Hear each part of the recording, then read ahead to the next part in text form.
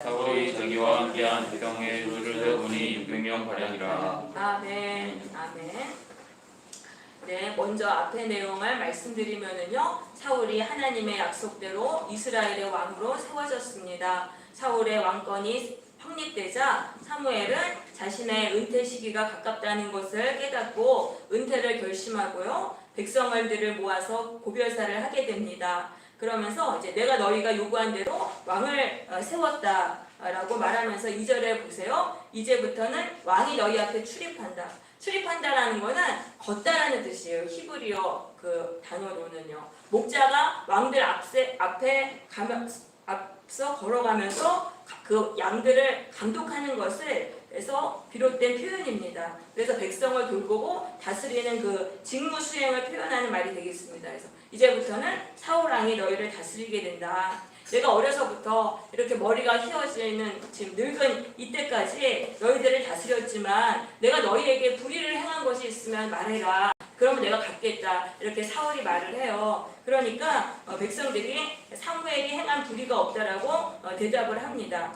그러니까 털어서 먼지 안 나오는 사람은 없다고 하지만은 사무엘은 한 점의 불의도 없는 그런 한 점의 불의도 없이 백성들을 다스렸던 거예요. 그러니까 사무엘은 정말로 좋은 목자였던 것이죠. 그 좋은 목자를 거부하고 백성들은 왕을 구했어요. 그것이 악한 것이라고 사무엘은 지금 말씀을 하는 것입니다. 하나님이 우리에게 좋은 목자를 주셨어요. 좋은 영적 지도자를 주셨어요. 그랬는데 그 사람을 거부하고 다른 목자를 구하는 것이 악한 것이라는 것을 우리는 알아야 하는 것입니다. 나에게 선한 사람을 붙여줬어요. 그런데 내가 그 사람을 귀하게 여기지 않고 하찮게 여기면서 또 다른 사람을 구하는 것이 악이라는 것을 말씀하는 것입니다.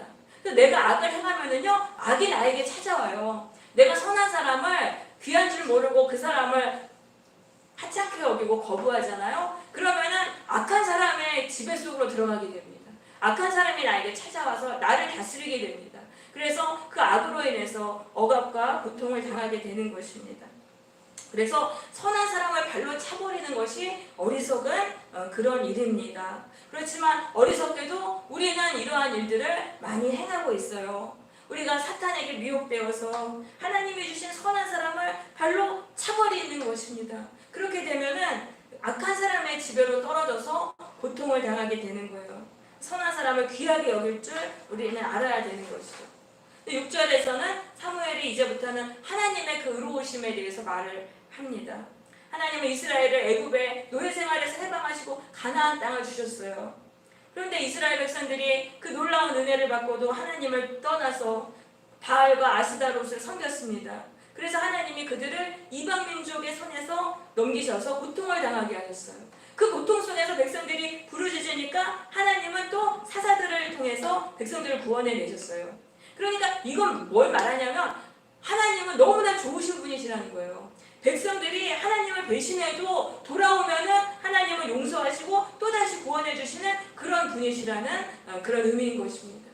우리가 세상에 미혹되어서 수없이 하나님을 배신하는 악을 행하지만 우리가 하나님께로 돌아가면 하나님은 또다시 우리를 구원해 주시고 또다시 용서해 주시는 또다시 구원해 주시는 것입니다. 하나님은 바보같이 좋으신 그런 분이시죠. 그런데 백성들은 그 좋으신 하나님을 버리고 또다시 세상의 악을 구했어요. 하나님을 배신하는 그런 악을 행한 것이죠. 그러니까 백성들은 고난이 올 때만 하나님을 찾는 거예요. 고난이 없으면 하나님을 필요 없다고 차버리고 다시 세상을 섬긴다는 것입니다. 왜 그럴까요? 왜 그렇게 하나님을 배신할까요? 그것은 바로 욕심 때문입니다. 세상의 것에 욕심을 부리기 때문이에요. 하나님께 귀한 은혜를 많이 받았어요. 그런데도 세상의 것에 욕심을 부리기 때문에 하나님을 버리고 세상을 섬기게 되는 것입니다. 그렇게 해서 멸망에서 떨어지게 되는 것입니다. 세상의 것에 욕심을 부리면 안 되는 거예요. 하나님이 나에게 베풀어 주신 은혜를 우리는 늘 기억해야 되는 거예요. 하나님은 우리를 인생의 고통에서 해방하여 주시고 하나님의 자녀로 삼아 주셨습니다. 그 은혜를 기억하면서 감사해야 하는 거예요. 세상의 것에 욕심을 부리지 말아야 하는 것입니다. 또한 하나님 대신에 사람을 의지하는 일을 하면은 안 되는 것입니다. 예레미야 17장 5절에 나 여호와가 이같이 말하노라. 무릇 사람을 믿으며 혈육으로 그 권력을 삼고 마음이 여호와에게서 떠난 그 사람은 저주를 받을 것이라.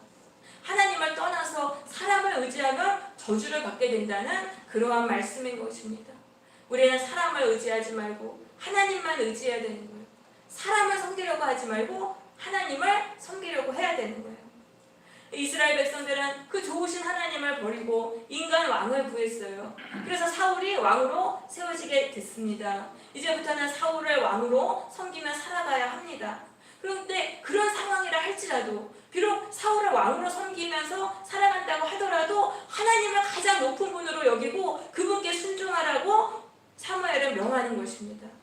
그래야지만 백성들이 잘 되는 거예요. 하나님을 가장 귀한 분으로 여기고 나의 왕으로 여기고 경외하며 순종할 때 하나님의 백성들이 잘 되는 것입니다. 우리가 잘못을 했다고 해도 또다시 하나님께로 돌아오면은 하나님은요 우리를 또다시 구원해 주시는 거예요. 그래서 하나님께로 돌아가면 되는 것입니다. 그렇지만 세상을 구하는 잘못을 하고도 또 계속 하나님께 불순종한다면 어떻게 되겠어요? 하나님께 매를 맞게 되는 것입니다. 하나님이 너희를 치실 것이라고 사무엘은 말씀합니다. 불순종을 계속 반복하면은 하나님께 매를 맞게 되는 거예요. 근데 사무엘이 이 말을 할 때는 비를 추수하는 시기였어요.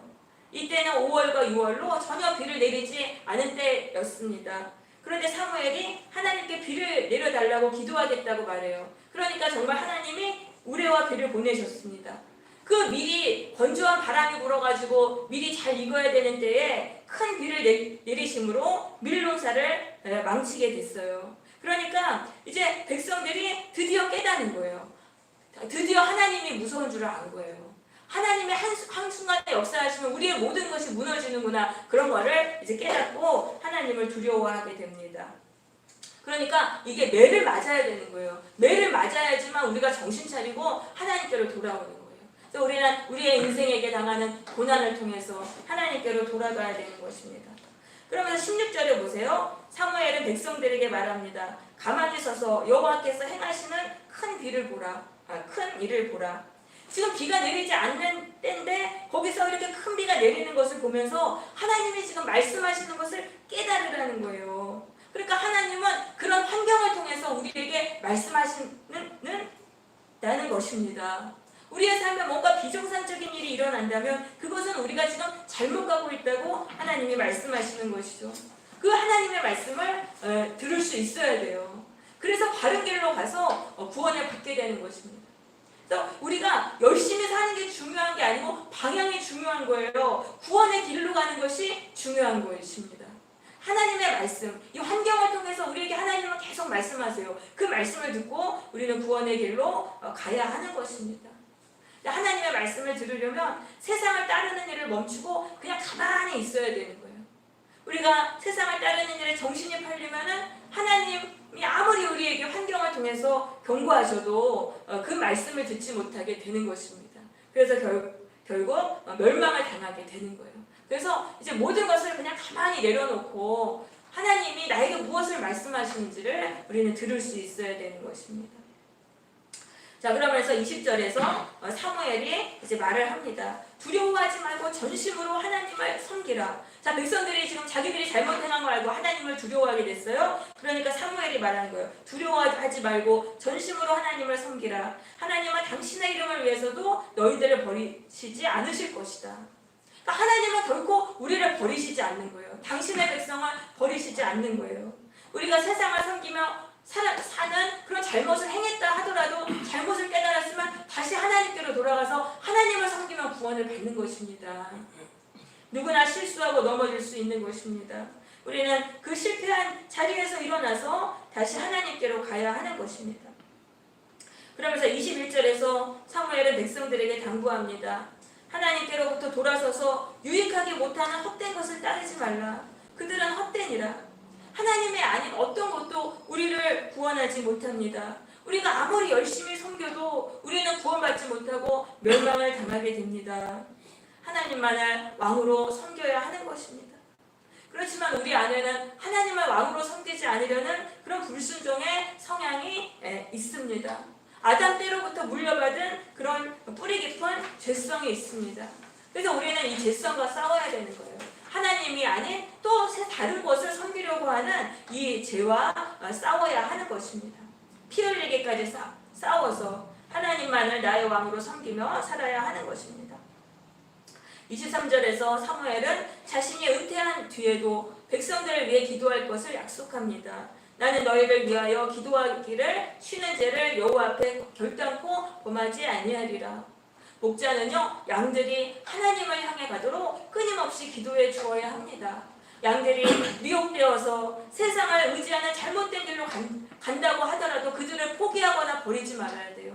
그리고 계속 기도해줘서 하나님을 의지하는 그 길로 가도록 그렇게 만들어야 하는 것입니다. 또한 선하고 의로운 길을 양들에게 가르쳐야 돼요.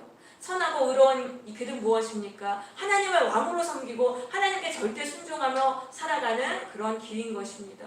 그렇게 살면 우리는 의롭게 돼요. 의롭게 되고 구원을 받게 됩니다. 축복의 인생, 행복한 인생을 살게 되는 것이죠.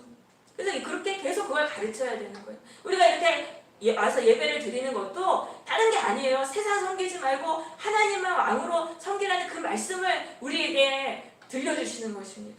우리는 그 말씀을 듣고 하나님만을 왕으로 섬겨야 하는 것입니다. 자, 이제 13장입니다. 사울이 40세에 왕이 되어서 이스라엘을 다스린 지 2년이 됐어요. 근데 그때 바로 하나님이 사울의 믿음을 테스트하시는 그런 사건이 일어나게 됩니다.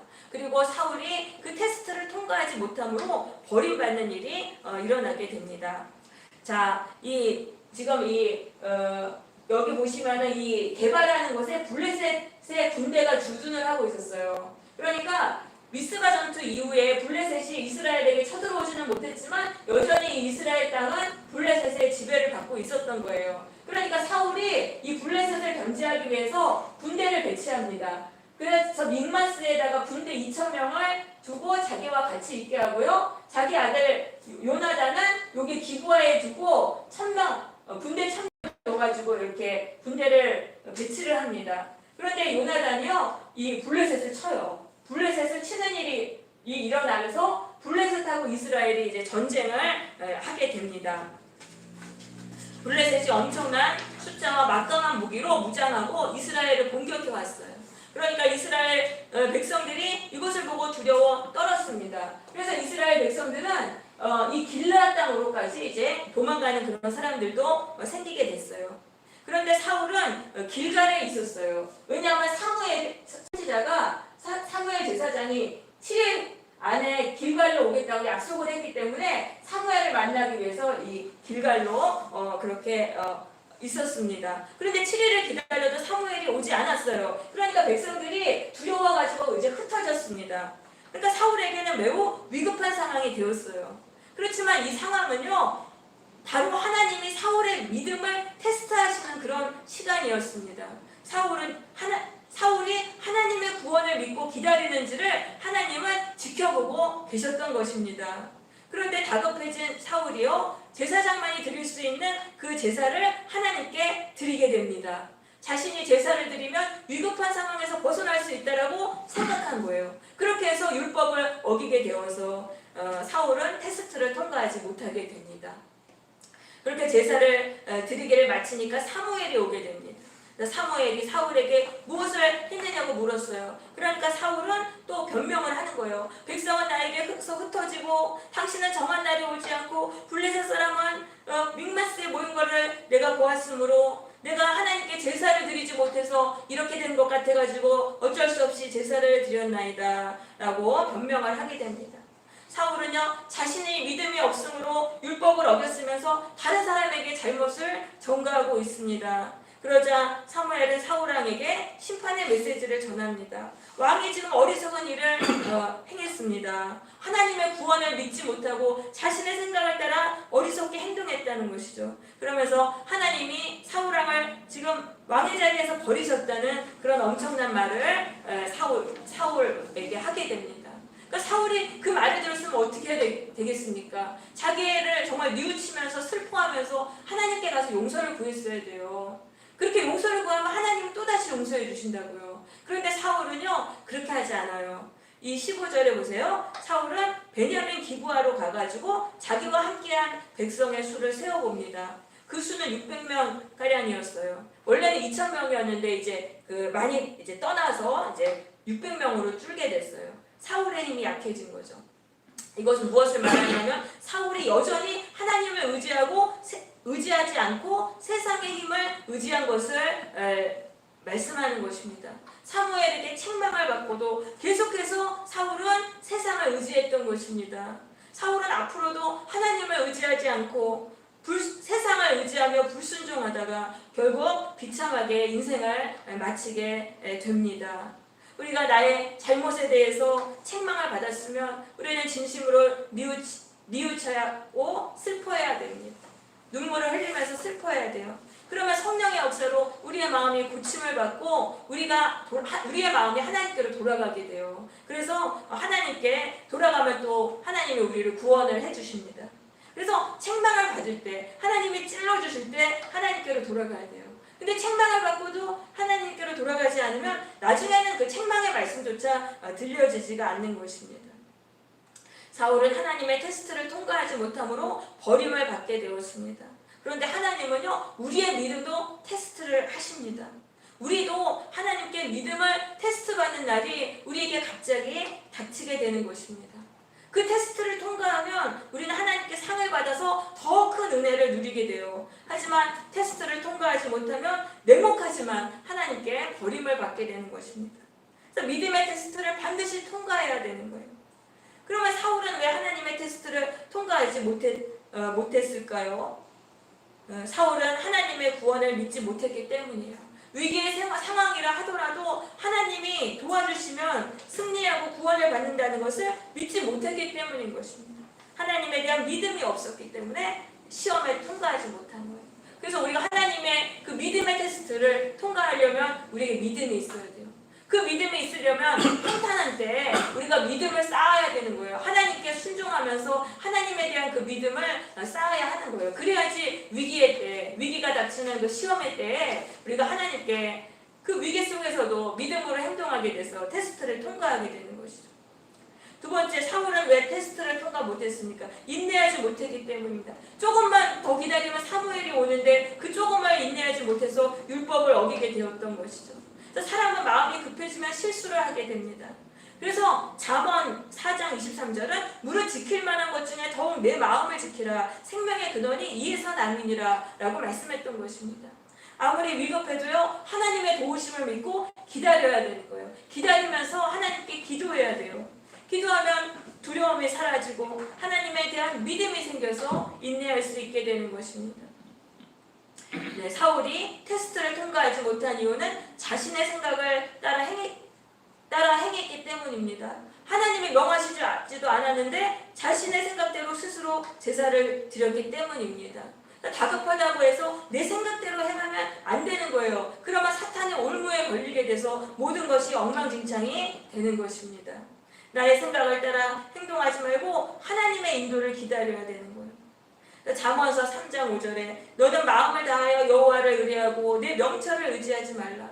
스스로 지혜롭게 여기지 말지어다. 여호와를 경외하며 악을 떠날지어다 라고 말씀했던 것입니다. 악이 무엇입니까? 내 생각을 따라서 행하는 게 악인 것입니다. 그렇게 행하면은 그것이 나의 삶을 무너지게 만들기 때문입니다.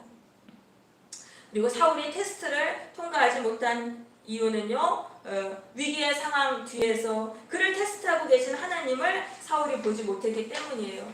사울은 그 엄청난 블레셋 군대의 숫자랑 흩어지는 백성들만 보았던 거예요. 그 상황 뒤에서 사울의 믿음을 테스트하고 계신 하나님을 보지 못했던 것입니다. 그래서 우리도 위기의 때에 그 위기의 상황을 보지 말고 그 위기의 상황 뒤에서 우리의 믿음을 테스트하고 계시는 하나님을 볼 수 있어야 돼요. 그리고 그 위기의 때에도 믿음으로 순종하면서 그 테스트를 통과하려고 해야 하는 거예요. 테스트를 통과하려면 어떻게 해야 될까요? 아무것도 하지 않는 거예요. 아무것도 하지 않고 하나님의 구원을 기다려야 됩니다.